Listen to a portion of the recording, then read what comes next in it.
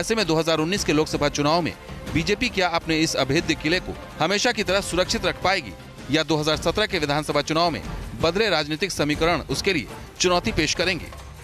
इस सीट के दूसरे बड़े नेता मौजूदा सांसद मनसुख भाई वसावा हैं, जिन्होंने यहां से सबसे ज्यादा 5 बार चुनाव जीता है। भरूच सीट से एक बार फिर बीजेपी ने मनसुख भाई वसावा को उम्मीदवार बनाया है, तो कांग्रेस ने अब्दुल शकूर पठान को चुनाव में उतारा है।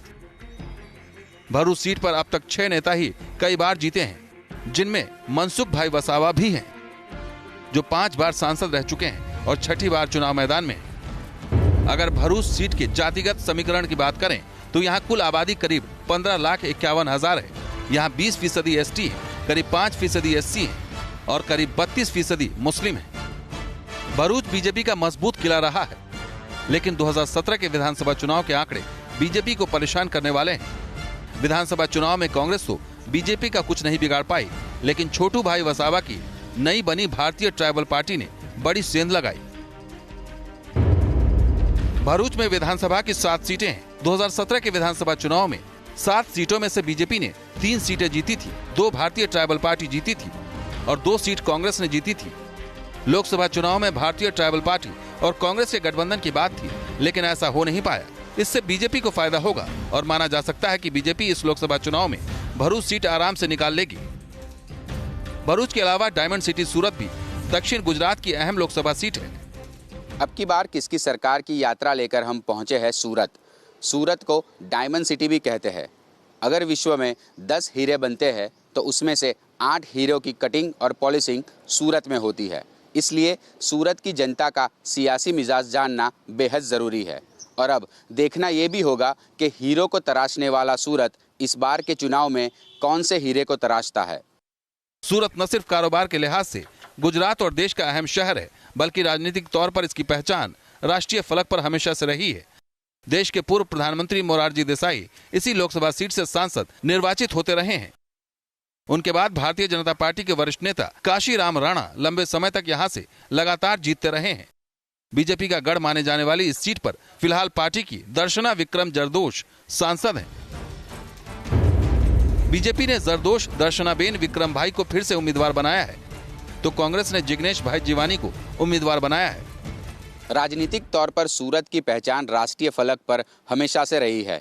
देश के पूर्व प्रधानमंत्री मोरारजी देसाई इसी सूरत की लोकसभा सीट से सांसद रहे हैं, लेकिन बीजेपी के काशीराम राणा ने लंबे समय तक इस सीट पर राज किया।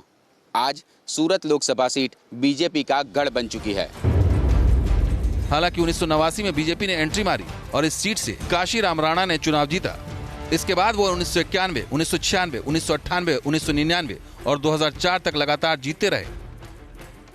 2009 में पहली बार यहां से महिला उम्मीदवार के रूप में बीजेपी की दर्शना जरदोश को फतह मिली। 2014 में भी वही जीती। 1989 के बाद से सूरत बीजेपी का मजबूत गढ़ बन गया है। यहाँ के 2017 के विधानसभा चुनाव में सूरत में बीजेपी का कांग्रेस कुछ नहीं बिगाड़ पाई। सूरत में विधानसभा की 7 सीटें हैं। 2017 के विधानसभा चुनाव में बीजेपी ने सूरत की सभी 7 विधानसभा सीटें जीतकर कांग्रेस का सुपड़ा साफ कर दिया था। इस परिणाम ने जाहिर कर दिया कि कारोबारियों के शहर सूरत में नोटबंदी और GST का फैक्टर बीजेपी के खिलाफ नहीं गया। इसलिए 2019 में भी सूरत सीट से बीजेपी की वापसी लगभग तय मानी जा रही है। सूरत बीजेपी का ऐसा गढ़ है जिसे बड़े बड़े मुद्दे नहीं तोड़ पाए। 2017 के गुजरात विधानसभा चुनाव में हार्दिक पटेल का आंदोलन, GST और नोटबंदी जैसे बड़े बड़े मुद्दों के बावजूद सूरत जिले की 18 में से 15 सीटों पर बीजेपी ने अपना परचम लहराया, जिसमें सूरत लोकसभा की 7 विधानसभा सीटें भी शामिल है। लेकिन फिर भी विपक्ष कह रहा है कि 2019 के इस चुनाव में टक्कर कांटे की है। युवा होने के नाते मैं जो कुछ फैक्टर्स देख रहा हूँ उसमें सबसे पहले एक ईमानदारी आती नेता की। और इंदिरा गांधी हो कि राजीव गांधी हो या राहुल गांधी हो, इनका एक ही नारा रहा है 3 पीढ़ियों से, गरीबी हटाओ। हटाया किसी ने नहीं।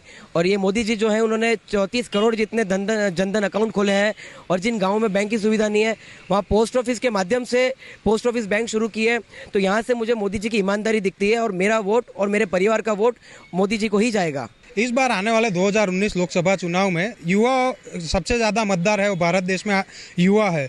युवा इस बार यह देखेंगे कि पिछली सरकार ने जो वादे किए थे 2014 में कि 2 करोड़ रोजगार हर साल सालाना, 5 साल में तकरीबन 10 करोड़ मतलब रोजगारी का वादा किया था, प्लस धंधे की बढ़ोतरी होगी, जीडीपी बढ़ेगा। लेकिन देखने जाए वास्तविक रूप से ऐसा कोई भी कार्य हुआ नहीं है यह सरकार के द्वारा। तो इस बार युवा कोई नई पार्टी को चांस देना ज़्यादा पसंद करेगी। रोजगार सबसे बड़ा मुद्दा रहेगा।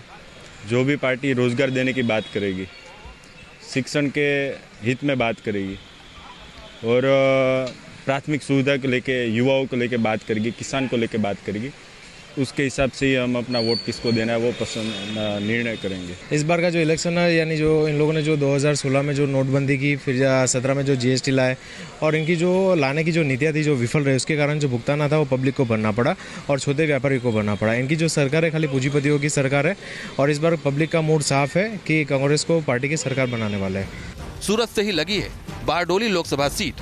बारडोली का जिक्र आते ही भारत के पहले गृह मंत्री सरदार पटेल का नाम याद आ जाता है। बारडोली ही वो इलाका है जहां की जनता ने वल्लभ भाई पटेल को सरदार की उपाधि दी थी। आजादी से पहले 1928 में जब राज्य की हुकूमत ने किसानों के लगान में 30% का इजाफा किया तो इसके विरोध में वल्लभ भाई पटेल ने आवाज उठाई। ब्रिटिश सरकार के तमाम प्रयासों के बावजूद वल्लभ भाई पटेल अपनी मांगों से नहीं डिगे और आखिरकार अंग्रेजों को किसानों का लगान घटाकर 6% करना पड़ा। इस घटनाक्रम को बारडोली सत्याग्रह के नाम से भी जाना जाता है। संक्षेप में कहें तो बारडोली सरदार वल्लभ भाई की कर्मभूमि रही है, लेकिन पटेल की कर्मभूमि रही बारडोली में उनके 70 साल बाद किस तरह का राजनीतिक रुझान रखती है, यह भी देखना जरूरी है। बारडोली लोकसभा सीट 2008 में ही सूरत से अलग करके बनाई गई थी। यह सीट अनुसूचित जनजाति के लिए आरक्षित है।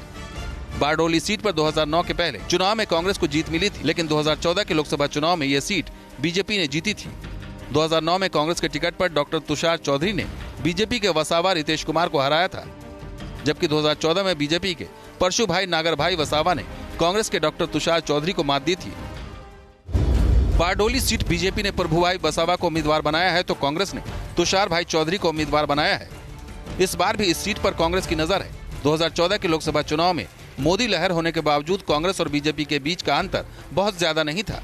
ऐसे में यह सीट कांग्रेस की उस लिस्ट में है जहां कांग्रेस वापसी की उम्मीद कर सकती है। 2017 के विधानसभा चुनाव में भी यहां बीजेपी और कांग्रेस में बराबर की टक्कर रही थी। बारडोली की 7 विधानसभा सीटों में से बीजेपी ने 4 सीटें जीती थी तो कांग्रेस ने 3 सीटें जीती थी। बारडोली लोकसभा सीट से ही लगी है नवसारी सीट। नवसारी समंदर से लगा इलाका है।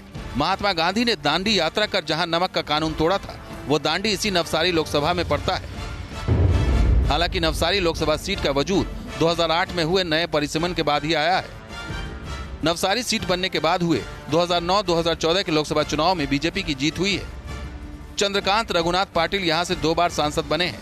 एक बार फिर बीजेपी ने चंद्रकांत पाटिल को उम्मीदवार बनाया है तो कांग्रेस ने धर्मेश भाई पटेल को उम्मीदवार बनाया है। लेकिन गौर करने वाली बात यह है कि यहां पर बीजेपी की जीत का अंतर ज्यादा नहीं रहा है। पहली बार बीजेपी सिर्फ 13,000 वोटों से जीती थी तो दूसरी बार सिर्फ 56,000 वोटों से। इसलिए इस सीट को लेकर भी कांग्रेस उम्मीद लगाए हुए है। उसकी वजह यहाँ का जातिगत समीकरण है।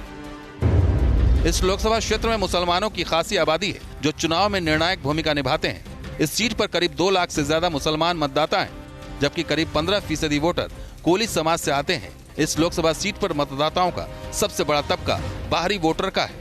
यूपी, बिहार, मध्य प्रदेश, ओडिशा और महाराष्ट्र से आए वोटरों की संख्या लगभग 50% है।